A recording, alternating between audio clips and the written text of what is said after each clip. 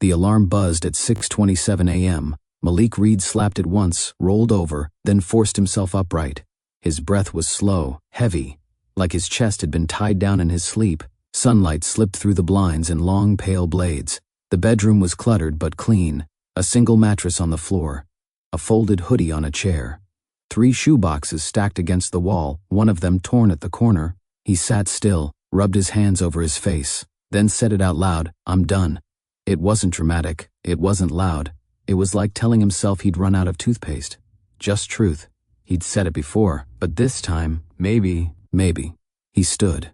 Walked barefoot to the bathroom, where his toothbrush had curled bristles and his razor sat dry beside the sink. He stared in the mirror. 22 years old. Dark skin, clean fade, eyes that still hadn't unlearned how to look over his shoulder. He brushed, shaved, dressed slowly. Tiana stirred in the bed behind him, still half asleep. "You good?" she mumbled. "Yeah," he said. "I'm good. Where you going?" "Work." She nodded, turned. He didn't correct her. He wasn't working, hadn't been for 2 weeks. Fired from his warehouse job after being late 3 times in 1 week. Could have explained why. His mom's health, the unpaid parking tickets, the last-minute babysitter canceling on him. But nobody wanted to hear that. Not from him. Not when he looked like Malik Reed. He stepped out of the bedroom and into the narrow hallway, careful not to wake Zuri. Her room was still dim.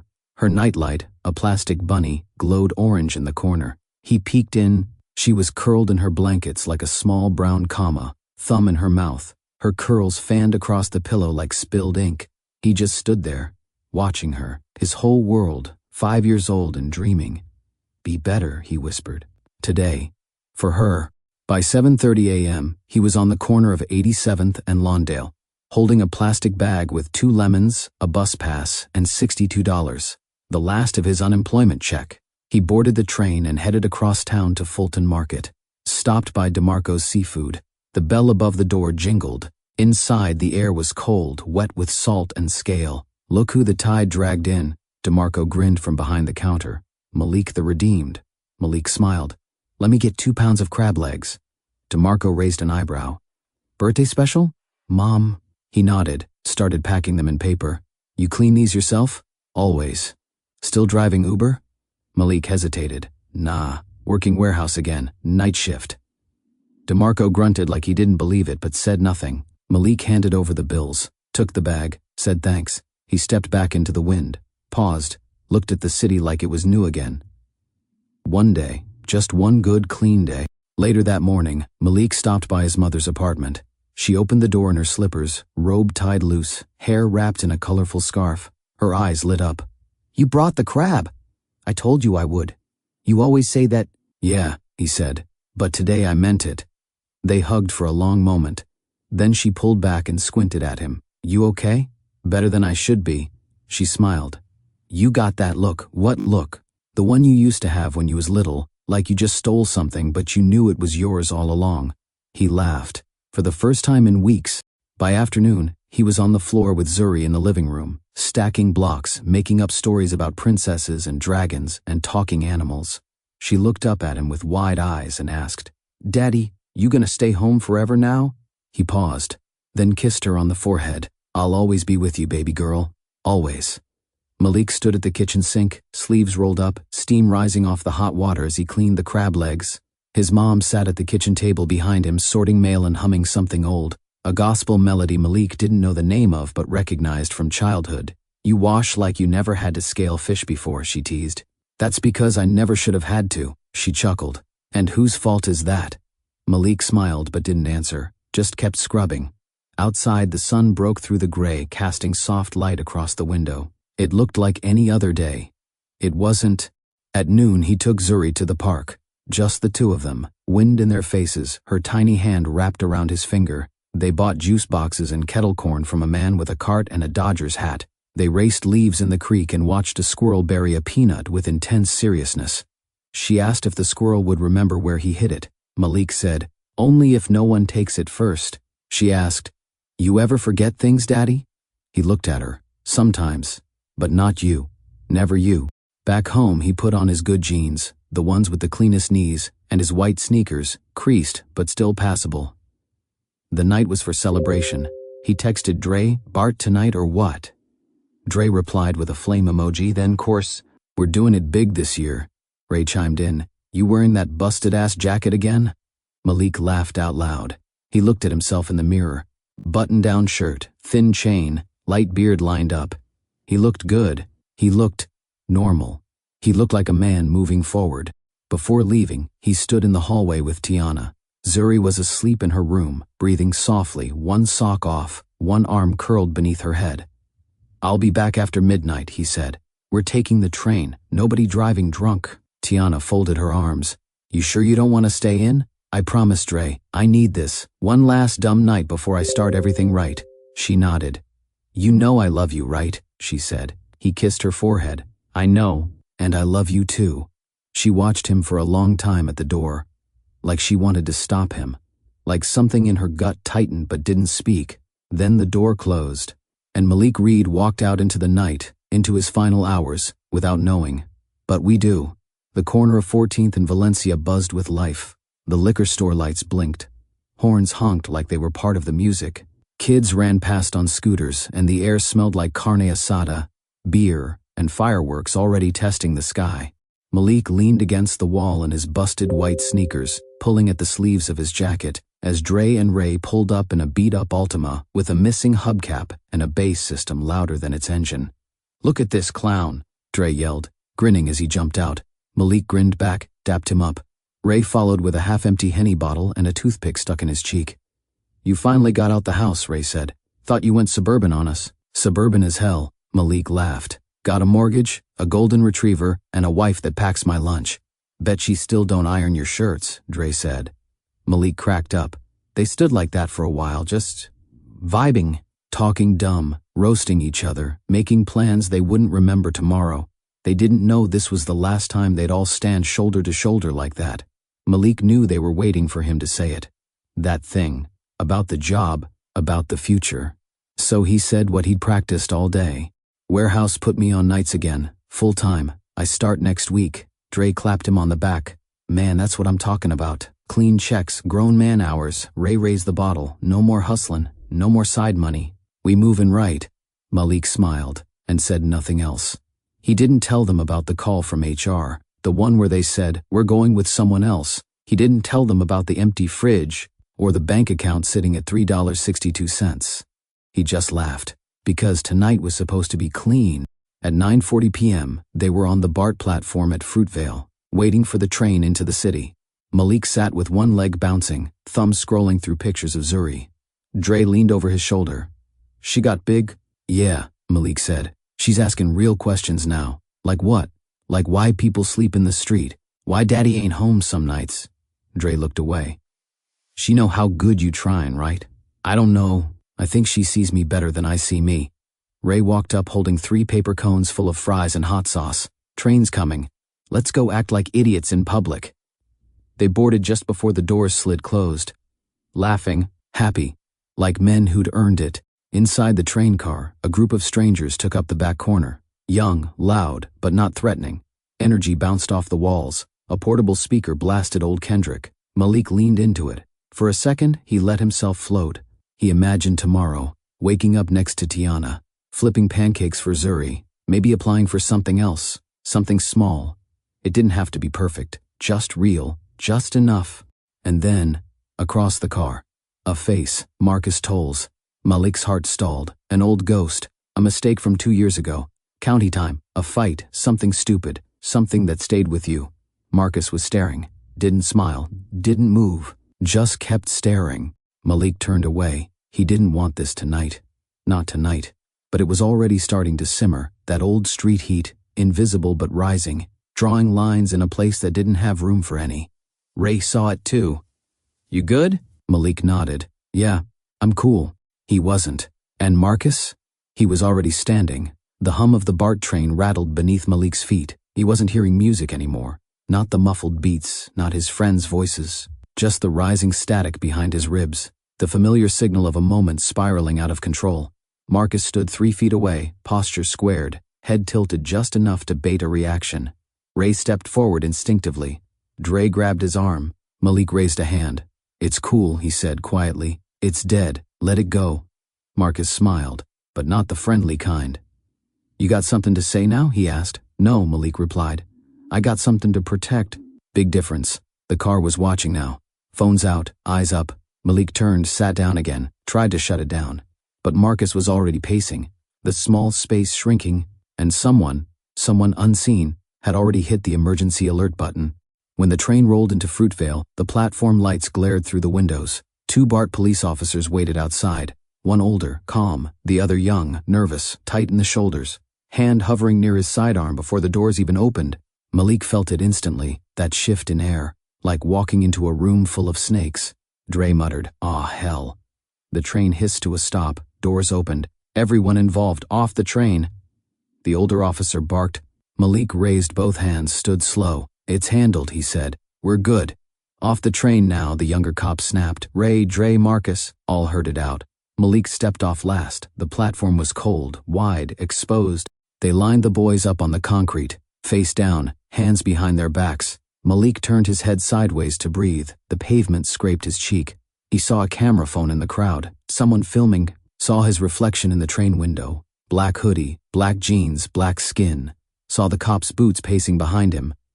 I got a daughter, Malik said quietly. Please. The older officer was on the radio. The younger, Officer Cole Madsen, was fumbling at his belt. Taser? Gun? He yelled something unintelligible, and in one sudden, clumsy, brutal second, bang, everything stopped. Malik's body jerked, then stilled. Ray screamed.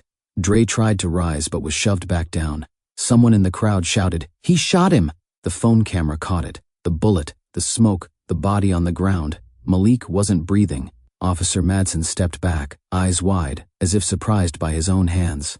I thought it was the taser." The words didn't matter. The blood soaking through Malik's hoodie did. The scream from somewhere far off the platform did. And somewhere, in a small bedroom, Zuri stirred in her sleep, not knowing her father would never come home. The ER doors burst open at 12:24 a.m. Malik's body came in on a stretcher, pale and still. The paramedic's voice strained over the radio. Gunshot wound to the back. Entry above left kidney. No exit. Pulse erratic. Pressure falling. Nurses flooded the corridor. A surgeon sprinted barefoot from the on-call room. Code blue. Trauma Bay 2. There was no time for paperwork. Only blood. Only breath. If they could find it again. Across the city, Tiana's phone buzzed on the nightstand. She was already awake, instinctively. Mothers know. She blinked at the screen. Unknown caller, 12:37 a.m. She almost didn't answer. Then she did. Miss Moore? Yes? This is Highland General. You're listed as the emergency contact for Malik Reed. What happened? There's been an incident. He's in critical condition. We need you to come right away. Her scream was small, choked. She didn't wake Zuri. She wrapped her in a blanket, barefoot, keys shaking in her hands. At the hospital, she ran through the lobby carrying her daughter. 2 security guards stopped her. She pushed past them. Malik Reed, she yelled. Where is he? A nurse approached gently. He's in surgery, ma'am. Please come sit down. Zuri whispered. Why is mommy crying? By 1:15 a.m., Malik's mother arrived. Her robe flung over pajamas, no coat. She looked 10 years older than she had hours ago. She didn't speak. She just sat beside Tiana and held her hand like it was a railing in a storm. Meanwhile, the video, posted by a 19-year-old college student on the platform. Title, They Shot Him for Nothing. Fruitvale Station. It took 11 minutes to go viral. By 2 a.m., it had 480,000 views. By 2:20 a.m., hashtag Malik Reed was trending on Twitter. By 2:41 a.m., a crowd began to form outside Highland General. Not angry, not yet, just waiting, hoping, watching every door. Inside, the surgeon stepped into the hallway at 3:17 a.m., blood on his gloves, face tight. He didn't have to speak. Tiana knew. She collapsed. Malik's mother made no sound, just rocked, hands over her face, whispering something between a prayer and a curse. Zuri sat quietly in the corner, still holding her stuffed bear. She looked at the adults, confused. Why everybody crying? Where's Daddy? No one answered. Outside, the nurse stepped through the main doors and whispered to the crowd, He didn't make it. Silence. Then a man threw his coffee into the street. Someone else dropped to their knees. A woman held up her phone and played the video again. The body on the platform, the shot, the cop, the scream. and the chant began, "Say his name. Say his name. Malik Reed." The press conference came just before sunrise. Inside a cramped City Hall briefing room, Police Chief Bernard stood behind a podium, sweat glistening just above his brow, collar a size too tight. Behind him, a solemn row of officials and legal advisors. No apologies, just language. What occurred at Fruitvale Station is currently under full investigation. Preliminary findings suggest Officer Cole Madsen intended to deploy his taser, but mistakenly discharged his service weapon. This incident, while deeply unfortunate, appears to have been an accident. The word hung in the air like smog. A reporter raised her hand. Has the officer been arrested? No charges at this time. Officer Madsen has been placed on administrative leave pending further review. Another voice shouted, "What about the video?" Chief Bernard blinked. The department asks the public not to rush to judgment. Outside the building, judgment had already been passed. By 9 a.m., 3 protests had broken out across the city, one at Fruitvale Station, one in front of Highland General, one in front of City Hall. No leaders, no signs. Just people, mothers, brothers, strangers, kids, holding phones, holding each other, holding rage. T-shirts were being printed in real time. Malik Reed, 12/30/123. Don't shoot hope. This wasn't a mistake. At home, Zuri sat on the floor, coloring.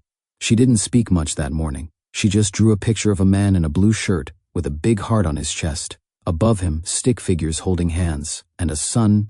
At the funeral home, Tiana and Malik's mother sat with a quiet funeral director, signing papers through tears, casket options, service dates, death certificates. Tiana signed her name slowly, next to surviving partner, and then Zuri's name under minor dependent. She whispered, "How do I tell her he's not coming back?" The funeral director had no answer. By the afternoon, the governor's office released a one-sentence statement. "Our hearts go out to the family of Malik Reed. We will ensure a full and impartial investigation. No mention of justice. No mention of the officer. Just more air in place of truth." That night, the protest turned into a march, from Fruitvale to Highland, candles in hands, chants rising like thunder. "Say his name, Malik Reed." No more silence, no more accidents. As the camera panned across the crowd, one image stood out, a girl, Zuri, on someone's shoulders, holding a handmade sign, "My daddy didn't do anything wrong." It started with 200. By noon, it was 2,000. By dusk, they'd blocked off 4 city blocks, people spilling from sidewalks into intersections, from train stations into government courtyards, chanting, chanting, chanting, "Malik Reed, Malik Reed." Street signs were plastered with his face. The now infamous footage played on loop on storefront TVs. Gas stations had it up behind the register. Kids held up their phones like shields. At one point, a reporter asked a teenage boy with tears in his eyes, "Why are you out here?" He didn't hesitate. "Because I don't want to be next." The mayor appeared on TV at 5:03 p.m., hair perfect, tie loose, smile strained. "We are grieving as a city. We urge peace, we urge patience, and we urge faith in the process." No one heard him over the sound of car horns and bullhorns. "You been saying that," a woman shouted from the crowd. "We been dying." At Highland General, nurses leaned out of windows to watch the march below. One of them lit a candle. One by one, the windows flickered with small flames. Quiet solidarity. Tiana stood at the front of the march with Zuri on her hip, surrounded by friends, neighbors, teachers, nurses, bus drivers, old men in Vietnam jackets, women with strollers, teenagers in basketball jerseys. Zuri clutched a stuffed bear and whispered, "Are they looking for Daddy?" Tiana kissed her head. "Baby," she said, her voice trembling. "They're making sure the world never forgets him." That night, the police set up barricades. They were met not with bricks, but with truth. Malik's friends, Dre, Ray, stood on a car roof with a loudspeaker, replaying the police statement, then the video, then Malik's name, then silence. That silence said everything. By 10:30 p.m., stores closed early. News anchors used words like tensions, unrest, volatile, but no buildings were burning, just lies. And they were burning fast. At 11:17 p.m., Officer Cole Madsen was officially suspended without pay. At 11:43 p.m., an emergency civil rights investigation was announced. At 12:02 a.m., the new year began. Fireworks lit the sky above a city still trembling, not with joy, but with promise. A new year, without Malik, because of Malik. 3 months later, the mural on the wall of PS 184 stretched 30 feet across the brick, A painted portrait of Malik, standing tall, smiling, surrounded by soft halos of yellow, blue, and green. In one hand his daughter, in the other a set of keys. Below the image, written in bold white paint, he was going home. Zuri looked up at it from the schoolyard with her small backpack sliding off one shoulder. She didn't fully understand what the mural meant, not yet, but she knew that man. That smile, that was her daddy. Inside the school library, kids were coloring posters for Community Justice Week. Some scribbled fists, some made peace signs. Zuri was coloring a sun. Her son had arms, reaching down to a stick figure below labeled me. Ms. Robbins, her teacher, leaned down. "That's beautiful, Zuri. Who's that reaching for you?" She didn't look up. "That's my daddy." That evening, Tiana sat in her car outside a town hall meeting. She hadn't planned to go in, just wanted to sit, to listen through the window. But then she looked in the rearview mirror and saw Zuri in the back seat, scribbling something in a notebook. Tiana turned. "What are you drawing now?" Zuri smiled.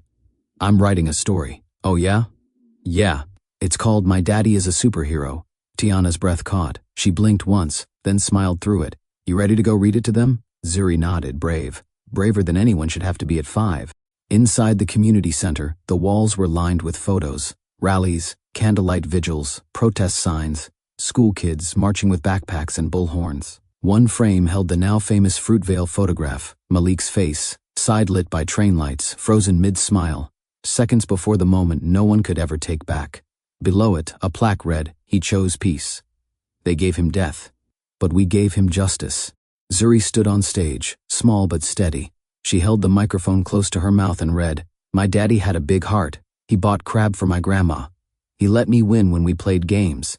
He tried hard to be better. He is not gone. He's just everywhere now." She looked up. 100 people were silent, and crying, and standing. Outside, the sun dipped behind the edge of the city. A warm wind carried the sound of a name still being spoken. Malik Reed. On t-shirts, on walls, on the lips of strangers. In the dreams of one little girl who would never forget.